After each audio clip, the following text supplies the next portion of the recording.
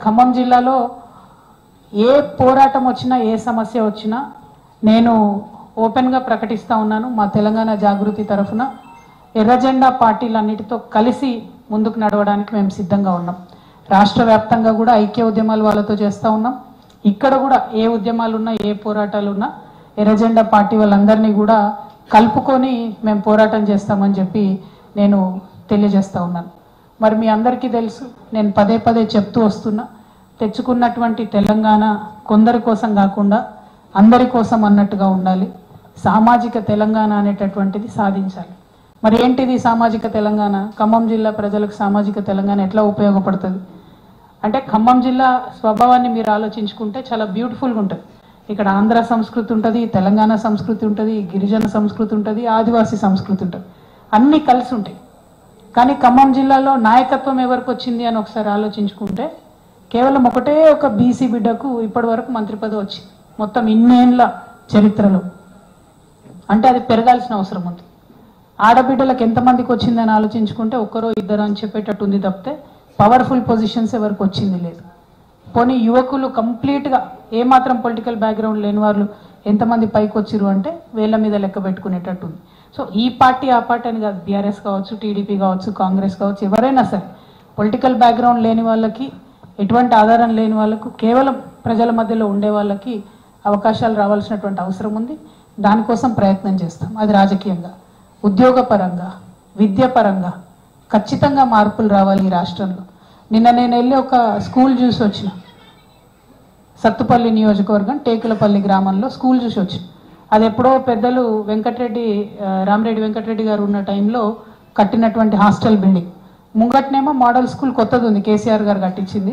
వెనుక మాత్రం పాత హాస్టల్ బిల్డింగ్ ఉంది.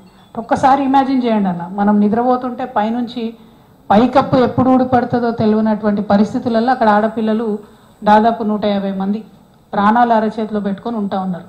నిజంగా నిన్న స్కూల్ సందర్శన చేస్తూ ఉంటే మాతో వచ్చినటువంటి చాలామంది కళ్ళనీళ్ళు పెట్టుకున్నటువంటి పరిస్థితి.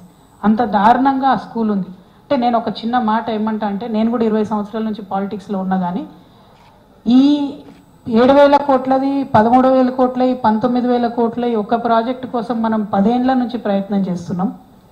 ఒక 2 కోట్లు పెట్టి కొత్త బిల్డింగ్ కట్టించుకోలేమా? అంటే మన ప్రాధాన్యతలు ఎక్కడ పెడుతున్నాం రాజకీయంగా అని విశ్లేషించుకోవాల్సినటువంటి అవసరం ఉంది. ఆ మార్పే సామాజిక తెలంగాణ అంటున్నాం. ఎస్, రైతుల కోసం ప్రాజెక్ట్ రావాల్సిందే, ప్రాజెక్టులు వస్తేనే మనం బాగుపడతాం, అలా డౌట్ లేదు. ఎట్ ద సేమ్ టైం ఒక 2 కోట్లు, ఇది 20,000 కోట్లతో ప్రాజెక్టు కడుతున్నాం, ఒక 2 కోట్లు, 1 కోటి రూపాయలు పెట్టి ఇట్లాంటి బిల్డింగ్స్ రిపేర్ చేసుకుంటే 200 మంది ఆడపిల్లలు గుండె మీద చేసుకొని నిద్రపోతారు అనేటటువంటిది నా ఆలోచన. దానికోసమే మన ప్రాధాన్యత క్రమాలు నిర్ణయించుకోవడానికి సామాజిక తెలంగాణ కోణం రావాలని చెప్పి నేను ఆలోచిస్తూ ఉన్నాను.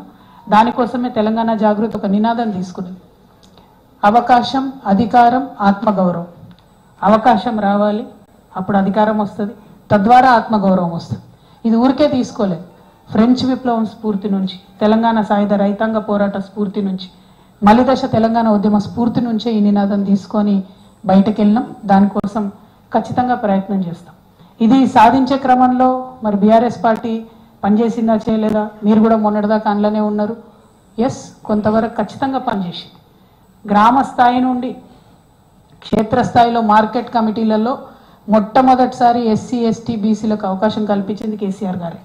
అంతకుముందు ఎంట్రీ లేకుండా, రిజర్వేషన్ కూడా లేకుండా వేరే కమ్యూనిటీస్ వాళ్ళకి, కానీ అవకాశం కల్పించింది కేసీఆర్. అట్లా గ్రామ స్థాయి నుంచి కూడా ఒక విప్లవాత్మకమైనటువంటి మార్పులు తీసుకురావాల్సినటువంటి అవసరం ఉంది. అది ఓన్లీ మార్కెట్ కమిటీలలో చేస్తే సరిపోదు.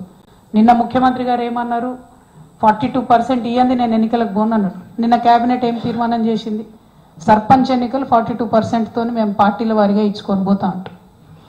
పార్టీల వారీగా బీసీలకు ఇవ్వడానికి అది బిచ్చం కాదు. మీరు భిక్ష వేస్తే తీసుకోవడానికి బీసీలు సిద్ధంగా లేరు. సర్పంచ్ ఎన్నికలలో గుర్తులు ఉండవు.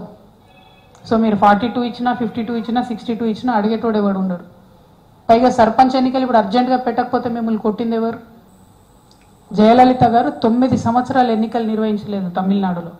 అప్పుడు పివి నరసింహారావు గారు ప్రెషర్లోకి వచ్చి అప్పుడు 9th షెడ్యూల్లో పెట్టుకొని మనం దాన్ని రిజర్వేషన్లు వాళ్ళు తమిళనాడులో సాధించుకున్నారు. పేరుకు చెప్పడానికి రేవంత్ రెడ్డి గారు ఏం చెప్తారు, నేను తమిళనాడు తరహా సాధిస్తా అని చెప్తారు. ఒక్క స్టెప్ తీసుకున్నారా మీరు తమిళనాడు వాళ్ళలాగా? కనీసం ఢిల్లీలో పోయి ఒకసారి మోడీ గారికి ఒక వినతి పత్రం ఇచ్చిరా మీరు? పోయినరు 2 సార్లు దొంగ దీక్షలు చేసి వచ్చేసిండ్రు కాంగ్రెస్ వాళ్ళు. పుట్టిన తమాషా కాడికి పోయినరు. రాహుల్ గాంధీ కూడా రాలే కనీసం ఆ మీటింగ్కి. సోనియా గాంధీ గారు దూరం మాట, వేణుగోపాల్ గారు కూడా రాలే, కేసీ వేణుగోపాల్ గారు. అంటే మీ దగ్గర ఉండే ముఖ్యమైన వ్యక్తులు రాకుండా వెళ్ళి బీసీల కోసం ఢిల్లీలో దొంగ దీక్షలు చేసి వచ్చి మళ్ళీ ఇప్పుడు పార్టీల పరంగా ఇస్తామని నిన్న క్యాబినెట్లో కాంగ్రెస్ పార్టీ తీర్మానం చేయడం అంటే 100% రేవంత్ రెడ్డి గారు బీసీలను మోసం చేస్తూ ఉన్నారు. బీసీ ద్రోహిగా మిగిలిపోతారు మీరు. దయచేసి ఇది చేయకండి. ఇవాళ సర్పంచ్ ఎలక్షన్ అంటారు, రేపు పొద్దున గుర్తులున్న ఎన్నికలలో ఎంపీటీసీ జెడ్పీటీసీలలో కూడా మేము పార్టీల వారీగా ఇచ్చుకుంటామని పోతారు. మరి ప్రొటెక్షన్ ఎక్కడ ఉంటుంది? పార్టీల వారీగా ఇచ్చేది ఉంటే మీరు కొత్తగా ఇచ్చేది ఏంది? బీఆర్ఎస్ పార్టీ పుట్టినప్పటి నుంచి 51% ఇచ్చుకుంటూ వచ్చింది బీసీలకు. But that doesn't change elected positions. Elected పొజిషన్స్లో బీసీలు రావాలంటే ఖచ్చితంగా రాజ్యాంగ రక్షణ ఉండాలి. దానికోసం